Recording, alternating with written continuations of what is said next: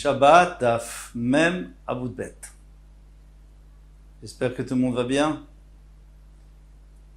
En haut de la page, Ambat Yad Shel Krachim, les bains publics des grandes villes, qui sont larges, qui sont grands. Il a le droit de se promener, il a le droit de se déambuler à l'intérieur. Et on ne craint pas qu'il est en train, en tout cas il n'a pas l'air de quelqu'un qui a envie de transpirer, puisque là-bas la chaleur n'est pas tellement intense, puisque les bains sont tellement grands. Amarava, Davka, Krachin. Davka, si c'est des grandes villes, Aval, des Kfarim, mais si c'est des villages ou des petites villes, là, on n'a pas le droit. Pour Amaïtama, qui a des outrines, puisqu'ils sont petits, Nafish, Avlayou. Il y a beaucoup de chaleur, il y a beaucoup de vapeur, et alors là, c'est quelqu'un, on voit très bien que c'est quelqu'un qui a envie de transpirer, et ça on a interdit, de peur qu'après il se lave. Tanoura Banan. Nous enseigne. Alors quelqu'un a le droit d'aller devant un foyer pour se chauffer. Et après il sort et il va se tremper dans l'eau froide. Même si après l'eau froide va se réchauffer, l'eau qui est sur lui va se réchauffer parce qu'il est encore chaud, il n'y a pas de problème. Il ne faut pas faire le contraire, de se tremper dans l'eau froide, et après d'aller se chauffer face à la Medoura, au foyer, parce qu'il va réchauffer l'eau qui est sur lui. Et la prochaine fois, il va même aller dans l'eau chaude, puisqu'il va se dire, puisqu'il y a la différence, donc on lui interdit. Tanoura Banan. Micham Adam Aluntit, un homme il a le droit de chauffer une serviette. Ou Manicha, il met sur le ventre, disons qu'il a une indigestion, il met sur le ventre, Shabbat, au Bilvat, chez lui, il y avait Kumkum. Il ne faut pas qu'il apporte une carafe d'eau. Aujourd'hui, on a des bouillottes qui sont bien fermées, mais dans le temps, ce n'était pas tellement bien fermé. Shel Maïm Chamim, d'eau chaude, Véanichenu Albne Maïm, et le mettre sur son ventre, Bishabbat, ou Vedavarze. Alors pourquoi? De peur que ça s'ouvre et ça se renverse et qu'il se lave à l'eau chaude, ça on n'a pas le droit. Vedavarze, Afil Bechol Asur. Il dit, même en semaine, c'est interdit. Pourquoi une sakana? Parce qu'il y a une sakana. Si l'eau est trop chaude, ça peut être très dangereux pour lui. Tanoura Banan, mais Viadam Kiton Maïm, ou Manecho Kenegadam Dora. Alors, on nous a enseigné qu'on a le droit de prendre un kiton. Un kiton, c'est une carafe d'eau, il le met face à la Médoura. Alors, où il met ça? Il met proche ou pas proche? Alors, on va voir tout de suite. L'obishvil chez Chamoum, pas pour chauffer l'eau, parce qu'on a pas le droit de chauffer pendant Shabbat, bien sûr. Et l'obishvil chez Tafik Tinatan, mais pour enlever un peu de sa froideur, pour que ça soit tiède. Alors, ici, il y a une marque de Rachid. Rachid lui dit qu'on le met dans un endroit n'importe où on veut, même très proche. Mais il faut vite l'enlever, parce qu'après tu risques d'oublier et que ça bouge, ça c'est ils sautent la Torah. Le Tosfot il dit non, c'est trop risqué, on va le mettre seulement dans un endroit où ça ne pourra pas devenir suffisamment chaud. Ça ne pourra pas bouillir. Bouillir, ce qu'il faudra parler, c'est de Yad Solededbo. Alors, il faut tout de suite le dire, on va le voir ici dans ce Hamoud. Yad Solededbo, c'est-à-dire que quand je mets ma main, elle se retire tellement que c'est chaud. Yad Solededbo. Soleded, c'est-à-dire elle se sauve. Alors, il ne faut pas que ça devienne Yad Solededbo, même si ça ne bout pas. Parce que Yad Solededbo, c'est déjà considéré comme cuit. Rabbi Yehuda Omer Mevia, Isha Parchet Shemen. Rabbi Yehuda lui dit, une femme, elle peut même apporter une fiole d'huile. Manichato, Kenegadam Dora, elle la met aussi en face du foyer. Lo bishvil shivachel, pas pour cuire l'huile. Ce n'est pas pour le rendre bouillant. Et la bishvil shifacher, mais pour qu'il soit tiède. Rabban Shimon Gamliel Omer, Isha Sachayada, il dit non, on n'a pas le droit d'apporter une fiole d'huile, de la réchauffer. Mais elle a le droit elle a le droit de se mettre de l'huile dans sa main, Shemen, Mechamamata, et puis elle chauffe ça face à la Médoura, face au foyer, Vesacha Livna, Katan, et puis après elle peut frictionner son fils qui est petit, avec l'huile qui est devenue chaude. Alors ici, elle a fait un chinouille. Il faudra tout ça expliquer. Il faudra expliquer plus tard. Et elle a fait un chinouille. Au lieu de mettre la fiole, elle a déjà mis sur la main. Vena Choshechet, elle ne craint pas, c'est mouta. Il va aller où? Alors justement, la Gemara demande. Shemen Mahoul et Tanakama. Tanakama n'a pas parlé d'huile. Rabbi Yehuda et Rabbi Shimon Gamliel ont parlé d'huile. Et c'est clair, Rabbi Shimon Gamliel permet d'huile juste pour tiédir. Et Rabbi Shimon Gamliel ne permet pas du tout, il dit seulement avec un chinouille. Les Tanakama maintenant, quel est dit pour le Tanakama? Rabbi Yosef d'Amrit Arvayou l'Etera, ils disent bien sûr que c'est moutar d'huile, c'est encore mieux que l'eau. C'est-à-dire que d'après Tanakama, il n'y a même pas de problème d'huile. D'après Rabbi Yehuda, il y a un problème. Il ne faut pas qu'il chauffe trop. Mais d'après Tanakama, c'est même pas un problème. Pourquoi c'est pas un problème? Parce que lui, il n'a pas besoin de cuire l'huile. L'eau, on a besoin de la réchauffer. L'huile n'a pas besoin de cuire. L'huile est déjà prête comme il est. Ça ne va pas rajouter sur l'huile. Le Sharet Sion dans Mishnah Berurah, il dit, bien que les fruits aussi, on peut les manger. Parce qu'il y a un principe. Tout ce qui peut être mangé cru, si on le fait cuire, ça ne s'appelle pas un Issour de la Torah. Mais il dit les fruits ici, si on fait une compote de pommes, c'est quand même. Des pommes cuites, c'est quand même. Pourquoi? Parce que ça change le statut. Tandis que l'huile, tu gagnes rien. C'est juste qu'après, c'est plus chaud pour frictionner le bébé ou pour frictionner n'importe qui. Ça aide parce que c'est chaud. Mais l'huile, ça ne change pas l'huile. Lui-même, il n'a pas besoin. Lui-même, il n'a pas besoin d'être chauffé. Donc, c'est permis. Rav Nachman bar Yitzhak Amar les Rav Nachman Yitzhak, il a dit au contraire. L'eau, il a dit tu peux la mettre là-bas pour qu'elle se réchauffe un petit peu, pour qu'elle se tiédisse. Mais l'huile, pas du tout. Même pas pour se tiédir, non. Pourquoi? Parce que c'est ça, tout le but du frictionnement, c'est de la réchauffer. Rabba Vera Yosef dans Betar Viritera Shemen Afal Piché Etzoledbo, eux ils pensent que Shemen, même si il bouillait moutar, ça serait moutar. Que ça va Tanakama Shemen Enbo Mishum Bishul. Parce que et lui, Tanakama, il pense qu'il n'y a pas du tout de bichoul dans le Shemen, donc c'est pour ça qu'on peut le laisser là-bas devant le foyer, pas comme l'eau, où il faut l'enlever dès que ça commence à tiédir. Rabbi Yehuda est venu pour dire Shemen Yeshbo Mishum Bichoul. Shemen Ya est interdit de bichoul. Vevshiruz Lose ou Bichoulo. Mais maintenant, si tu le fais tiédir, c'est pas grave, ça tu as le droit, parce que ça ne va pas le faire. Bevachel, c'est seulement une fois qu'il est Yatzoleded, donc il est bouillant, il est bouillant. Rabbi Shimon ben Gamliel Rabbi Shimon est venu pour dire Shemen Yeshbo Mishum Bichoul. Shemen, il y a aussi bichoul. Vefshirou zéo bichoul. Ici, maintenant, toi, tu veux le réchauffer, c'est un bichoul. Donc, c'est pour ça que tu ne peux pas mettre la fiole devant le feu. Alors, pourquoi tu as le droit de mettre la main avec de l'huile? Parce qu'il y a un chinouille. Parce qu'en vérité, c'est pas un issour de la Torah de faire chauffer l'huile. C'est seulement midérabana. Donc, ils ont permis avec un chinouille, avec un changement, au lieu de le mettre l'huile entièrement devant le foyer, tu mets ta main qui a de l'huile, qui est couverte d'huile. Rav Nachman bar Yitzhak Amar les Issoura, Rav Nachman il a dit non, au contraire, l'huile c'est pire d'après Tanakama, c'est pire que l'eau. Shemen afal pishen nayad sheledbo assour, c'est toujours assour le shemen, même si elle ne devient pas bouillante. Qu'à savoir, il pense shemen yeshbo mishum bishul, shemen il y a bishul, c'est-à-dire il y a une possibilité de l'améliorer en le chauffant, vevshiruz ou bishul, rien que de le tiédir déjà, tu l'as amélioré, donc c'est interdit. Rabbi Yehuda vient dire non, tu as le droit de le mettre parce que tant que tu ne le laisses pas là-bas jusqu'à ce que ça devienne bouillant, eh bien c'est moutard, il n'y a pas de bichoul. Shemen yeshbo mishum bichoul, shemen il y a une amélioration, rien que le fait de le faire tiédir, c'est un bichoul à midrabanan, bien sûr, et c'est pour ça qu'il faut mettre sur la main. Rabban Shimon Gamliel a une Tanakama, mais d'après ce deuxième pshat, Rabban Shimon Gamliel, c'est le Tanakama. Pourquoi? Parce que le Tanakama, qu'est-ce qu'il avait dit? D'après lui, l'huile aussi c'est assour. Et d'après Rabbi Yehuda et d'après Rabban Shimon Gamliel, l'huile c'est assour. Alors je reprends. D'après les premiers Amoraïm, il disait que le Tanakama, l'huile, il n'y a pas de problème. Rabbi Yehuda lui dit qu'il y a un problème, mais on a le droit de te dire. Rabban Shimon Gamliel dit même pas le droit de te dire. D'après le deuxième Amora, ou l'Amora qui va contre eux, eh bien, d'après Tanakama, Shemen, c'est complètement assourd, même de le tiédir. D'après Rabbi Yehuda, c'est permis de le tiédir, et d'après Rabban Shimon Gamliel, c'est interdit. Donc, le Rabban Shimon Gamliel, il dit exactement la même chose que le Tanakama. Alors, pourquoi tu me dis qu'il y a deux avis dans cette Mishnah? Trois avis, il n'y a que deux. Il y a quand même une différence entre eux, qui est la chayat. Si tu le fais, quelle est la chayat? Quelle est la chayat, c'est-à-dire que le dos de la main. Quand je veux pousser, par exemple, quelque chose de mouktsé, alors au lieu de le prendre dans la main, j'ai pas le droit, alors je le pousse avec le dos de la main. C'est une façon de parler. Ici aussi, c'est le cas chayat, parce qu'au lieu de mettre la fiole d'huile, je mets dans ma main, je fais un changement, je fais quelque chose de différent pour montrer que je suis pas en train de le cuire. Rabban Shimon Gamliel a permis, Tanakama n'a pas permis. Amar Rabbi Yehuda Amar Shmuel Rabbi Yehuda Shmuel Echad shemen vechad mayim yad soledet bo asur.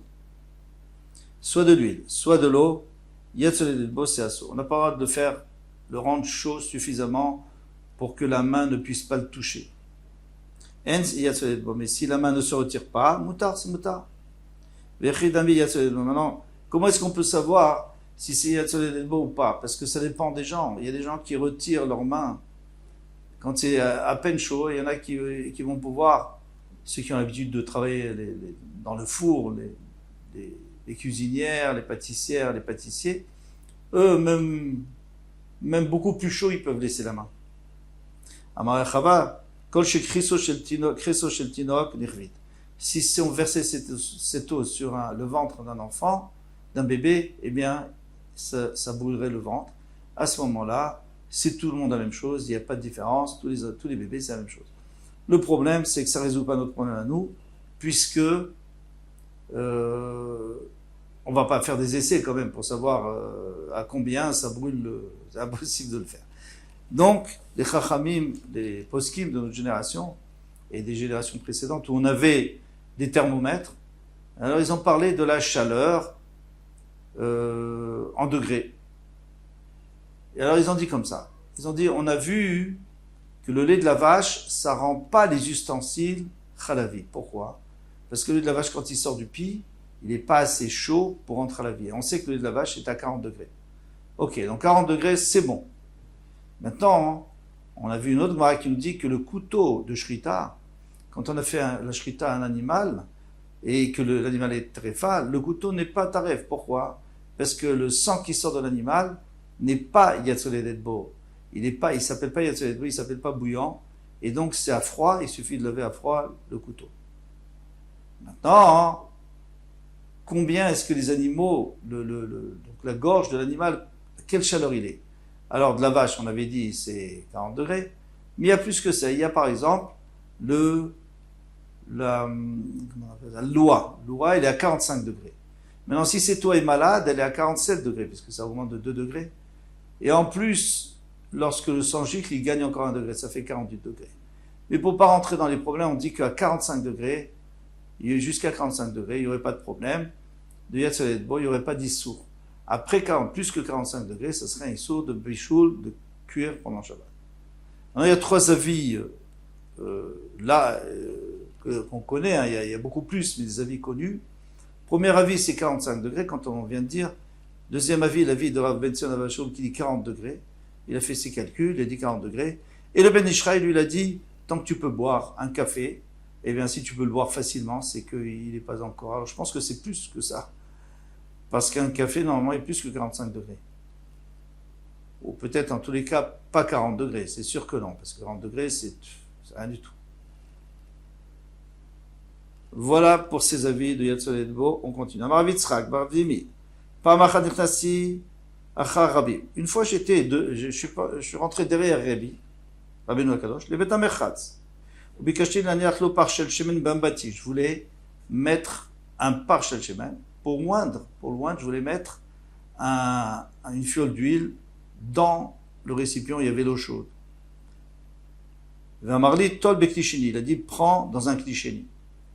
Alors, on va voir tout de suite que Rabbi, c'est sûr que c'était dans Chamet Tveria. C'est sûr qu'il allait à Tveria. Pourquoi? Parce qu'il ne serait jamais rentré dans un autre bain, puisqu'on s'était déjà assourd, on avait déjà fait la Xéra avant Rabbeinu Kadosh.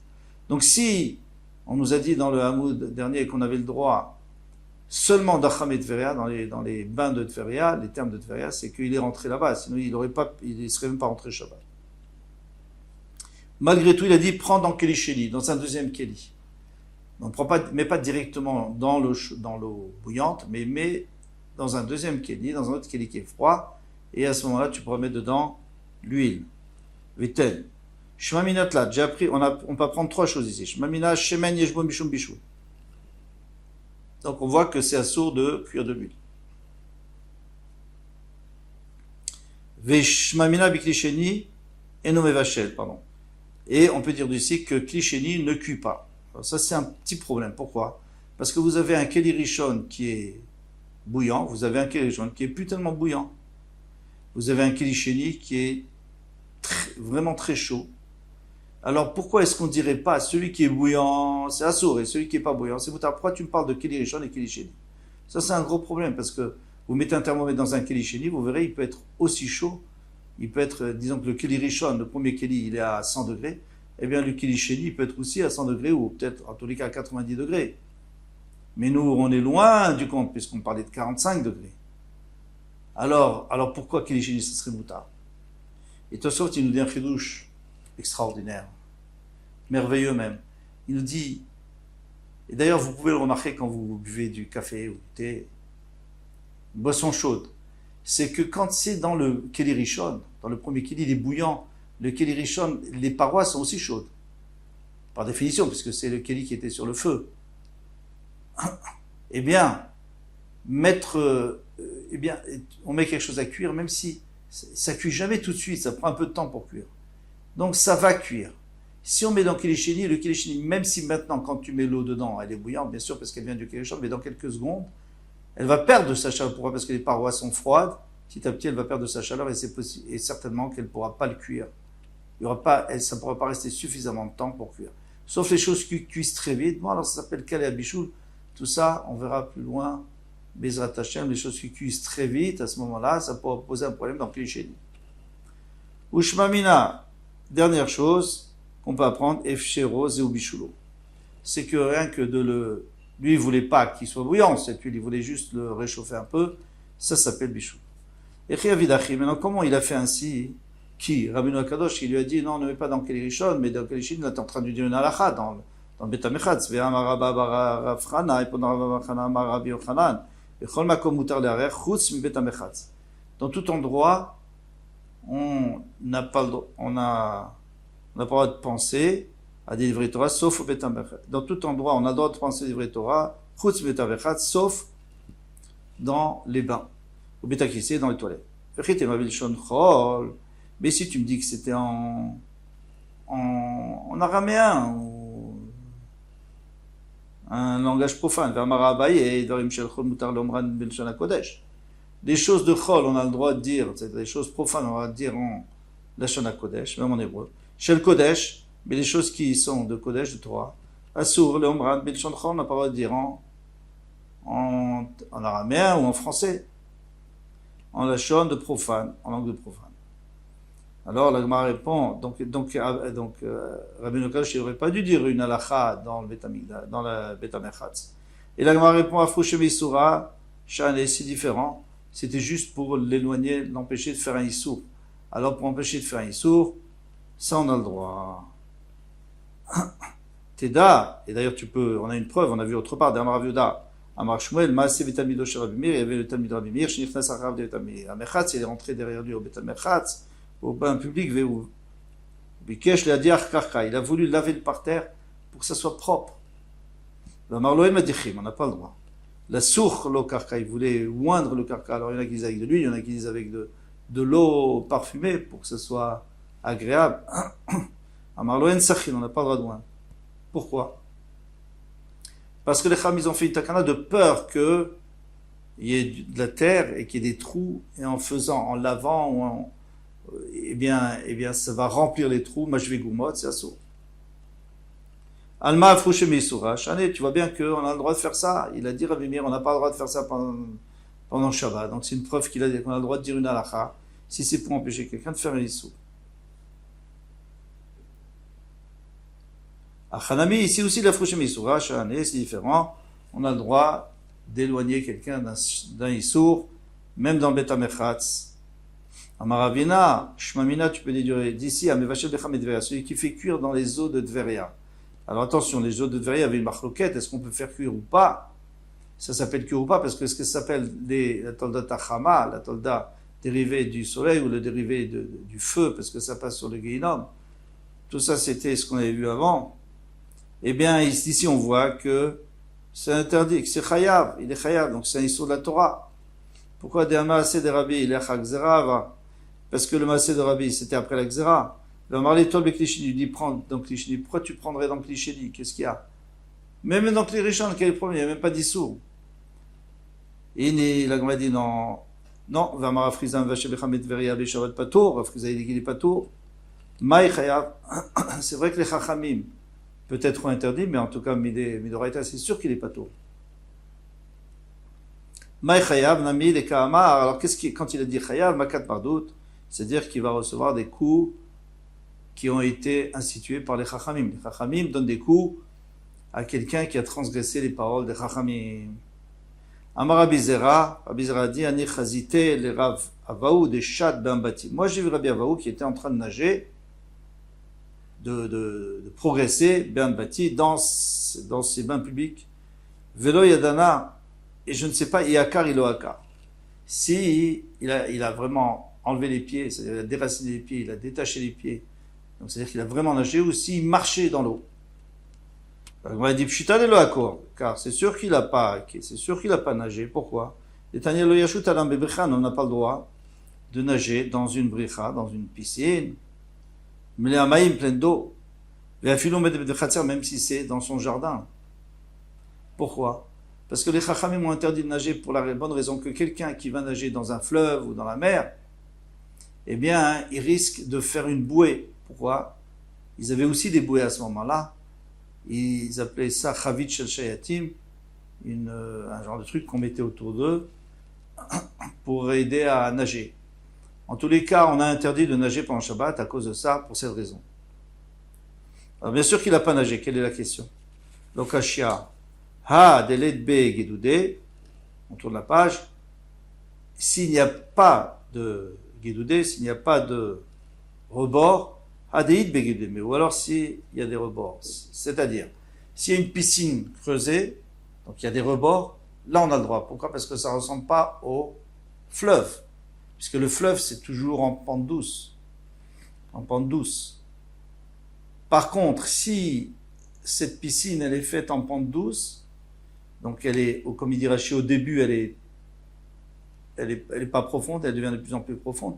Donc à ce moment-là, ça ressemble au fleuve et c'est interdit. Il est interdit de nager.